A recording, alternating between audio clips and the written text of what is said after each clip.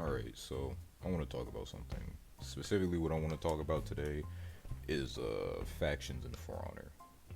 And this is just something like more of like a desire I have and just something I kind of want to see. So, in For Honor, right now, we've got four factions. We've got the Knights, we've got the Vikings, the Samurai, and the latest, the Wulin. Two European factions, two Asian factions. And these are the premise of the whole game was built on knights versus Vikings versus samurai, and those are all very pop culture kind of warrior cultures, or just not even warrior culture, just cultures in general. They're very popular, and everybody knows about them. Some know a little more than others. Some like to pretend like they know more than others, and none of these factions, since it's all this game is completely fiction, none of these factions are really they have some bases in history and stuff like that, but they're not 100% historically accurate, and that's perfectly fine. It's perfectly fine. There's nothing wrong with that. It's a video game, it's fiction, it's meant for fun. That's pretty much it. And originally, we started out with, like I said earlier, the three factions: Knights, Vikings, and the Samurai. And then we got the Wulin, which was the newest faction. And they're not the most popular, and they got a lot of backlash when they came out. And I'd say they're a lot less than popular, just like in pop culture in general, than the other three, which that's fine. People favor some over others, and the Wulin, uh, they one thing they also represented was a beacon of hope, because it shows that or it showed us back then that Ubisoft wasn't exactly just going to stay in the confines of just knights versus Vikings versus samurai. And lots of people now, they're asking for new factions and stuff like that. And because the Wulin came out and they were a new faction, which we weren't originally expecting, until we all started speculating. People were saying pirates, Chinese, some kind of Muslim empire.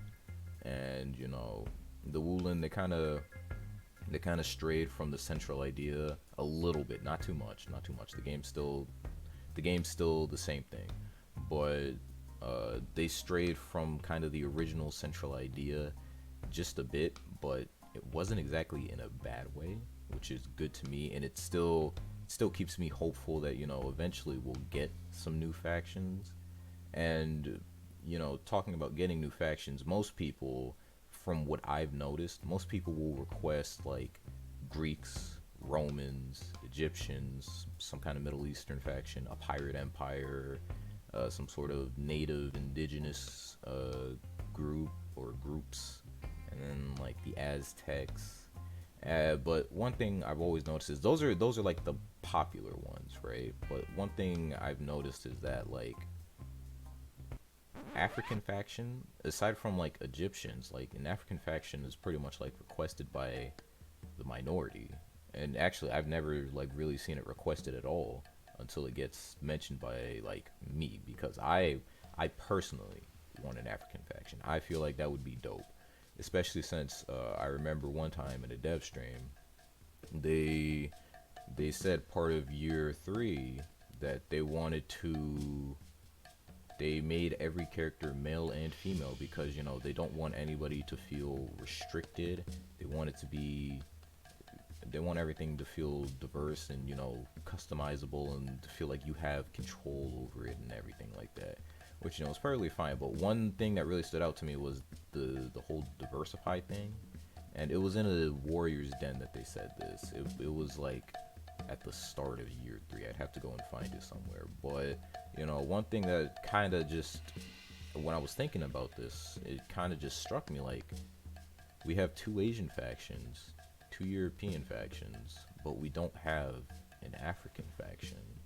And to me, I don't know why, but it's just mind blowing. Like, I don't know. That's just really weird when I think about it. And I feel like having an African faction would do I think we should get an African faction, and aside from Egypt, or maybe make Egypt part of it or something like that. And I'll go into that in a bit more. But like, I feel like, that would bring a lot to the table in terms of diversity in the game, which everybody's going to be like, there are people, I don't want to get too political about this, but like, this is a video game, and we have diverse cultures in this game, like Vikings and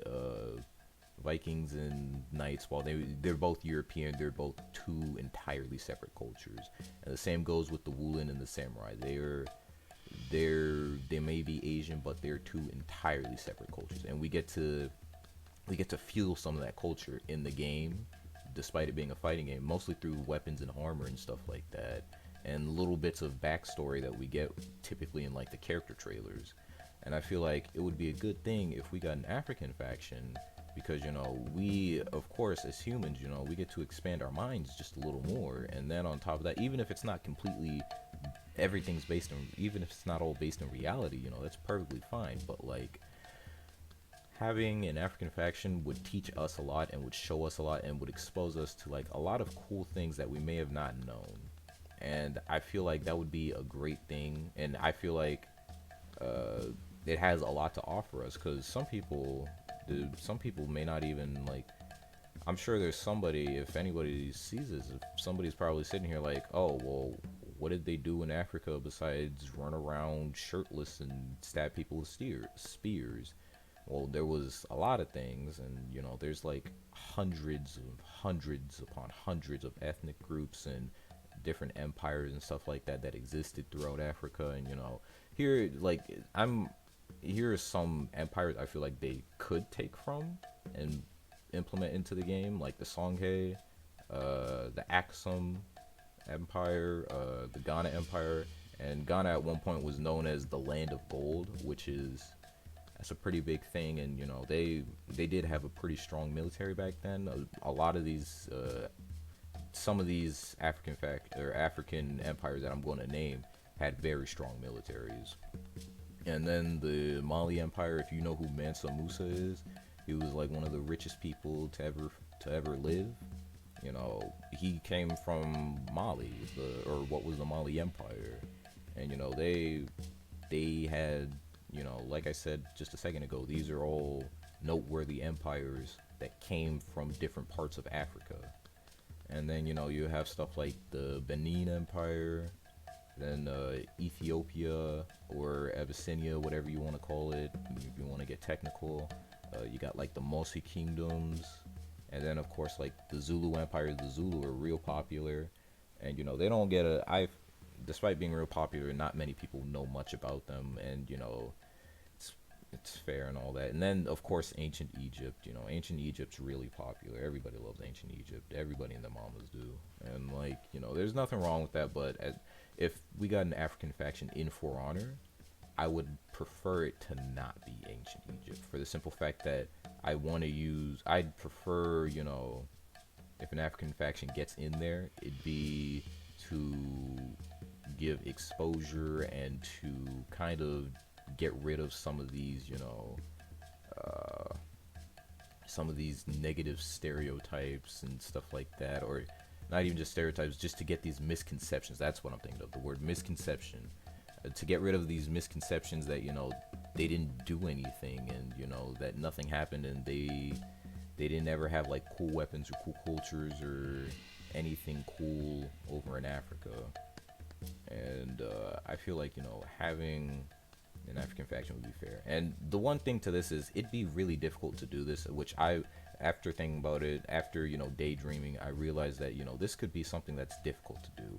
And the reason why I say it could be difficult to do, and it's pretty fair as to why it could be difficult, is because of just kind of the way A, history kind of played out, and then B, really just the way African history's kind of passed down, because part of it is a good portion of African history, or not a good portion. I can't speak on this for sure, because I don't know everything, of course, but like, from what I know, a good portion of African history is oral, which means they speak it, they tell the history. They don't necessarily write it down in books. And my personal opinion, I'm not going to go too deep into it, but I mean, it doesn't matter whether you say or you write it down. I mean, I guess it just depends which one you believe is more credible, but I mean, at the end of the day, to me, it doesn't really matter. But you know, I understand that could be difficult, and you know, trying to get things, Ubisoft trying to get things from, trying to learn things from African cultures might be a little difficult for them. And you know, they could just take like all those empires I mentioned, and they could kind of just put them together into like a singular sort of African union sort of thing, like a fictional union of all these empires, and you know, have them come into Heathmore or into the For Honor universe for, you know, whatever reason. Maybe they've destroyed their home, or they've run out of what's it called, they run out of resources there, something like that. Or maybe they've just decided to finally put down their arms, and they've decided that, you know, they they want to go elsewhere and conquer something else. Maybe, I don't know, it could literally be for any reason, just like they gave the Wulin are kind of just like, actually, I can't even say what the Wulin really are, because they haven't given us much on that. But from what I've gathered, the Wulin seems sort of like a group of exiles from a civil war back in China, and they've ended up in Heathmore, and now they've got their emperor and whatnot, and they're trying to make their own little foothold in Heathmore. And you know, that's fair, and you know, it would be nice if they'd actually elaborate and make clear what the story is on some of these things. And I feel like adding an African faction, which on top of giving us more characters to play and a different from different cultures and stuff like that, you know, it could add into the story, and maybe they could even make the story a bit clearer. And even like when it comes to adding in African factions, adding in an African faction, there is like, I don't know, there's no way to put an exact number on this, but there are like hundreds upon thousands, so many damn ethnic groups over there. There's so many cultures over there and whatnot, and there's a lot to draw inspiration and borrow from in terms of cosmetics, weapons, what these what the in character faction could be like. Like, for example, these are just some groups that I could think of on my own, and these are like, I guess these are more like popular, you know, more popular, well-known kind of groups, ethnic groups. You know, I feel kind of like I'm insulting ethnic groups over there, because I can't really list them all, or else we'd be here for days on end. And you know, there's some groups like, you know, the Hosa, the Zulu, the Bantu, Songhay, the Mosi, the Nubians, Kushites, Abyssinians, the Amhara, the Igbo, Somali, the Maasai, the Swahili. Those are just what was that, 10? Yeah, that's like 10 different ethnic groups that I named. And I guess I would consider those the more, quote, popular groups, the more well-known groups that people know about. And you know, to think there's like 10 groups that you can think of off, or 10 groups I can think of off the top of my head, knowing that there's hundreds more over there. There's a lot in terms of cosmetics and weapons and decorations and stuff like that they could do. And even like when it comes to weaponry, I'm sure like not many people know African weaponry, and that's perfectly fine. It's kind of been something that's kind of been shrouded in mystery, gets looked over and made fun of a lot. But you know, while I was doing a little bit of research, and I thought of some weapons, I didn't know the name for all these weapons, but like I thought about these weapons and I looked up their names and stuff like that. It took me a little bit. And so there's stuff like I'm gonna butcher a lot of these names, and you know, I'm sure nobody cares, but I'm gonna apologize anyway because I feel kind of bad for it. But the Iike Calaca, it's like a short sword. It's like a short sword with like a blade kind of fanned out, and it's a really cool looking thing, and they're very diverse looking weapons. There are like so many designs that I've seen on the internet, and it's a really cool weapon that I've always personally loved. And I feel like, you know, it could be something great. And you know, somebody might look at it and be like, oh well, that's just a gladius. No, it's not a gladius. It's a Iike Calaca what I don't know how to pronounce it, but it's that name. It's not a gladius. They, if that's the case, all swords are pretty much the same. The katana and the long sword, like Warren's long sword and Orochi's katana, are the exact same thing because they're swords. That doesn't mean anything. So, and then things like the Nagala, uh, the Nagala is like this sword kind of with like this weird, this C-shaped sort of thing at the end, and I'll put pictures up, of course, but it's got like this C shape, and it was like an executioner sword. And back then Europeans who came, they would, when they'd go back home, they'd always tell these stories about how the Africans used the Nagala swords in executions, and they did like these crazy executions. And a lot of people believe that they're exaggerated, which they could be, or they may not be. And, that's kind of the fun part in that. And even then, it could be a really nice, interesting, and different sword with some clean, different looking animations, which I feel like could be fun. And then there's the Ida, which is like it's another sword, and it's got like this weird. I hate calling these weapons weird all the time, but a lot of weapons are weird. It's got this like leaf shaped sort of thing to it. It's like really narrow towards the hilt, but it kind of just fans out wider, and kind of it's really long, and it's like a really narrow but kind of like pointy sword. And that could be used for, they could turn that into something really cool. They could. And then another weapon like the shotel from actually, I think that one's from Ethiopia. I should have said where all these weapons come from, but I don't know where most of these weapons come from. I only know where some of them come from. Like the shotel, it's like a giant sickle, and they could actually introduce like a completely new mechanic. With a lot of these weapons, or with some of these weapons, they could just introduce new mechanics altogether, just new ways of playing with kind of the more conventional style of For Honor. And with the shotel, like they could just do something more like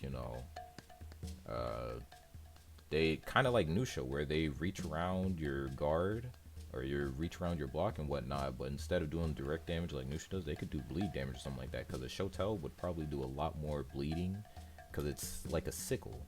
It would do a lot more like bleed damage and like internal damage than actually like direct damage, kind of like Nusha's hook swords would. And then you got the oh god, I'm gonna feel real dumb for not knowing how to pronounce this, of course, but the Ikwa, it's the Zulu short spear. If you've seen anything with the Zulus, you know about their short spears. It's called like the Ikwa.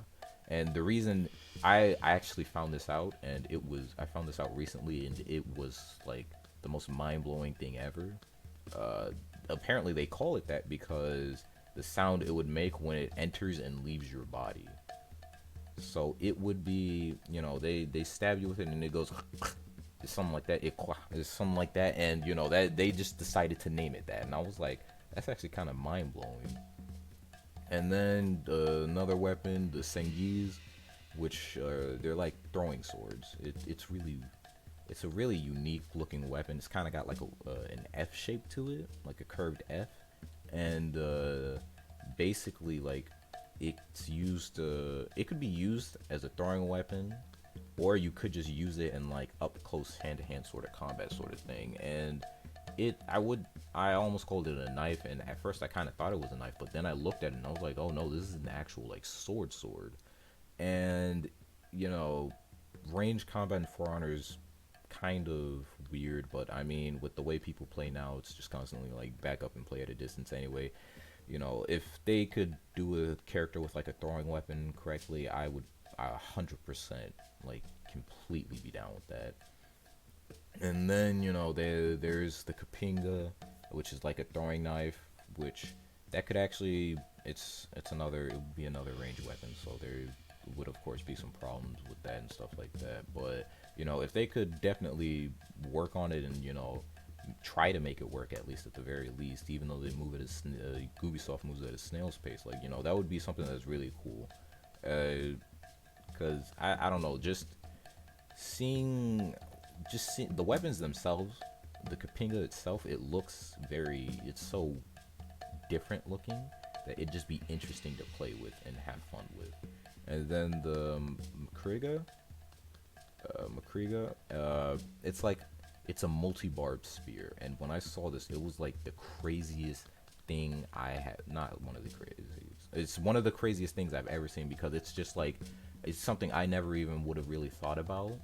It's just a spear with lots of barbs on it, and basically, you stab them, and then you pull it out, and as you're pulling it out, the barbs are supposed to rake through and like catch organs and destroy them and stuff like that, and cut them up, and it just destroys your insides basically.